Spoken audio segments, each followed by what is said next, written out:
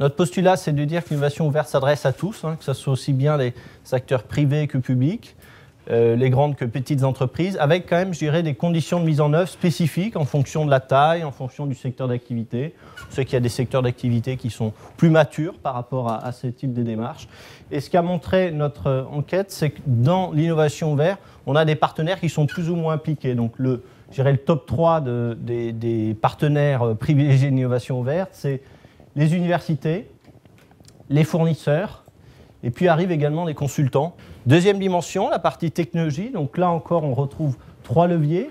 Le premier, c'est la dimension veille, où là, on retrouve, je dirais, un travail en amont avec les fournisseurs. Et on a également l'enjeu d'avoir un panel de fournisseurs variés pour accéder à plus de solutions. Et puis, il y a cette fameuse fertilisation croisée. J'invite à prendre connaissance d'exemples qu'on développe dans le rapport, où on voit comment une collaboration entre l'Agence spatiale européenne et Rossignol a permis d'innover dans le champ des matériaux.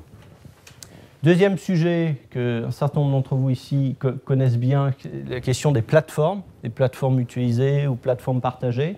Alors là, l'intérêt, je dirais, il est à plusieurs niveaux. C'est à la fois d'accéder à des infrastructures de tests, d'expérimentation que les acteurs individuellement ne pourraient pas financer. C'est une manière donc, de partager les coûts, puis c'est aussi une manière c'est un lieu de rencontre où on va trouver d'autres compétences. Troisième levier, prototypage, showroom. Donc là, tout l'enjeu autour des prototypes, notamment les prototypes ouverts, fermés, c'est de voir dans quelle mesure on l'ouvre aux utilisateurs, donc en fonction des conditions de confidentialité, puis de la manière dont on veut associer ces utilisateurs.